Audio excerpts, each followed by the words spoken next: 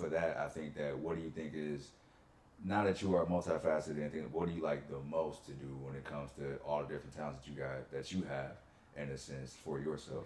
Is it the directing, Um, writing, producing, marketing? ooh. Um, it's kind of all of it. And I feel like I've developed the skills over time because I needed them at certain points in time, Okay. not knowing what I needed them for. But now that I've launched my own brand, Hey Me First, and it's like a product centered brand, I'm like, oh, I needed to be able to take photos. I needed video experience. I needed digital marketing experience. I needed brand manager experience. I needed how to tell a story. I have my own show, Heavy on the Feelings. Like, I needed this experience writing for somebody else and kind of practice so that, like, because with other people, it is serious, and I do take my, I'm very strict on my job. Like, I'm serious about the work that I do. But it's also like when you do it for yourself and you're playing every role, it's like the training wheels are off, because when you do it for somebody else, there's usually other people, It's the structure within and it too. there's a structure where there's like supports. But when you're by yourself, the training wheels are off. It's just you or nothing. Yep. And so I'm like, I needed every single thing. So like I have production days for Hey Me First where I shoot all my photos and I book a set and I do my mood board and I do everything as if there's gonna be 50 people there, but it's just me. Like, so I don't know. I would say they're all important. If I had to think about where I am, what I'm enjoying right now, like if you ask me today, because I've done a lot of different things just today, I would say my favorite thing was interviewing, and like I'm building out a show right now. And so it's interviewing and writing for that show Okay. for sure. I'm loving it. And I know that like the direction, producing and the editing, even though I'm not the like primary editor of it, I know that like that aspect of like really being able to refine the story and create the story, build the story, and like refine it is probably, that's probably my favorite part of it. That's what made me fall in love with it, from like researching and like getting a degree in writing. And not, my degree is not in writing, but like being able to write as a master's student and writing these long papers. I love being able to tell the story. No, I think it's important to know because I have a thing that no matter what you're doing in that moment of time, whether you're 20, 15, 30 now, the things that you have done beforehand gets you ready for the things that you want to do in the Yeah, future. you And already are who you are becoming. That's a saying that I have for myself. exactly. And I think that it's important, which you talked about, Hey Me First, is you speak a lot about mental health and learning more about feelings and obviously having the feelings. What made you start Hey Me First? Was it more so centered around like having wellness for self, or was it just an idea you wanted to just get off? What was the significance in it? I've always known I wanted to do a clothing line. Like even from being young, I like was sketching outfits, and they weren't good sketches. Like, but I was sketching like bell bottom jeans because that's all I could draw well. Couldn't get a skinny leg for shit. Like, like this. I knew I want to have a fashion line. So as I got older, when I moved to Detroit, even I'm like, I want to do loungewear. I was in Ann Arbor, and I remember sketching in my PhD programs. Like, I want to do loungewear. I had a name for it and everything, but the startup cost for loungewear, I ain't have no job. I'm a broke graduate student. I don't have money to spend $20,000 on a first order or $10,000 on a first order, because when it comes to clothing, it's different than like even products. You got to have different sizes. So you got to do the research and the preparation on that. I wasn't coming, I'm just about to buy some shit off Alibaba and just put my name on it. Fair. Like, I didn't want that for myself. I knew I wanted to design it. I knew like my own body has its own like uniqueness, that when I go to a store, when I order stuff off Fashion Nova or whatever, like it gives me problems. I have to get things tailored. I have to get it moderated, adjusted in some way.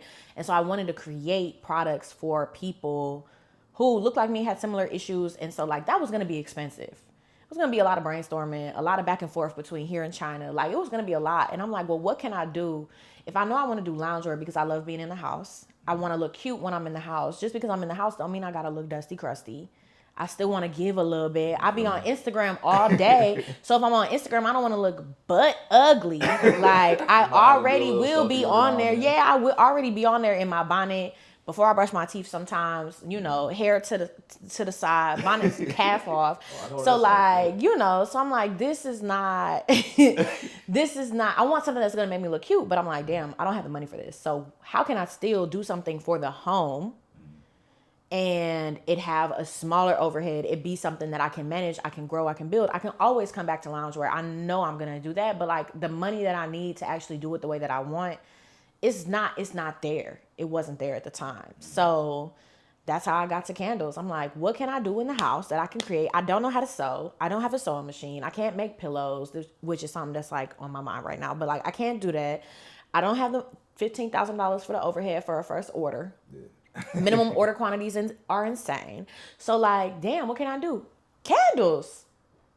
Like, I'm not a chemist, but I could teach myself something. If I can get a master's degree, I could do anything. Facts. If I can put together IKEA furniture, I can do anything. Hey, so like, let me. Hey, I didn't know it before. I know. Hey, I had to put adjustment before I joined. It came out backwards. I said, hey, yo, man, if I can, I'm an engineer. If I could put some IKEA furniture together, I could do any fucking thing. So I'm like, okay, well, I can figure out how to make candles. So I started teaching myself how to make candles. See, and I think that it's important to want to. I think the biggest lesson in everything is always trying something new as well. Mm-hmm. You can always teach yourself and never be afraid. I think a lot of people are afraid to do something, or at least afraid to see what it will turn out to be, instead of just doing it and seeing if you fuck up, but at least you know you did it. Yeah. And that's big. I just want to rewind to talk about production and things like that. So now we're going to go into like heavy on the fields, but talking more about the relationship that you have with Barry and allowed you, as at this point, I think it's a full circle moment for you. The first episode was a cooking interview, and then for heavy on the feelings. Yeah. So then it turned into a full podcast and things like that. So for that, you spoke about the relationship you have with Barry and how it actually became to be helping you with the production of that. How did that come about? I feel like maybe we'll ask Jen, but getting more into how he allowed you to like spread your wings with your own show. What did that feel like? Shout out to community, because people always think you gotta like come into a place and be the big boss, or like everyone should be wanting to work with you. Mm-hmm. And I saw Barry as a person who was like, oh, you figured out how to get this shit out the mud. Like at the time, I think he was fully locked in on, or was like just about to leave his job and was fully locked in on like, I'm doing this shit. Like I'm about to buy another studio. I'm about to figure this shit the fuck out. And like I met Barry through Ask Jen. Like we might have been following each other on Twitter. I think we both had like a Mifflin hat on one day. And I was like, I really like your Mifflin hat, because I also had a Mifflin hat. And nobody was wearing Mifflin at the time. Like it was still a very new black-owned brand at the time. Like now it's a bigger brand. I gotta look it up. Hold on. Oh, I think they're based out of New York too. Hey, say listen, I'm about to look it up. I think they're based. They like do genuine leather stuff. They make jeans. Like it's very fire. But I was like, damn, you got on Mifflin. I'm fucking with it. So then we started working on Ask Jen together, and I think like just watching him he was essentially a one-man show. Mm-hmm. So just watching him, I'm like, oh, you can do this. I can do it. And not like there's anything about Barry that makes me feel like, oh, I can do it better than, or I can do whatever. But I'm like, if I can see somebody do a thing, I know that it's possible for me to do it. Mm-hmm. Like I now see it. Representation is everything. So I'm like, I'm used to being on sets where there's somebody for every single role. And I'm now watching a one man, one band, one sound happen. From lighting to different cameras to microphones to everything, setting, staging and everything. I'm like, oh, I can do that.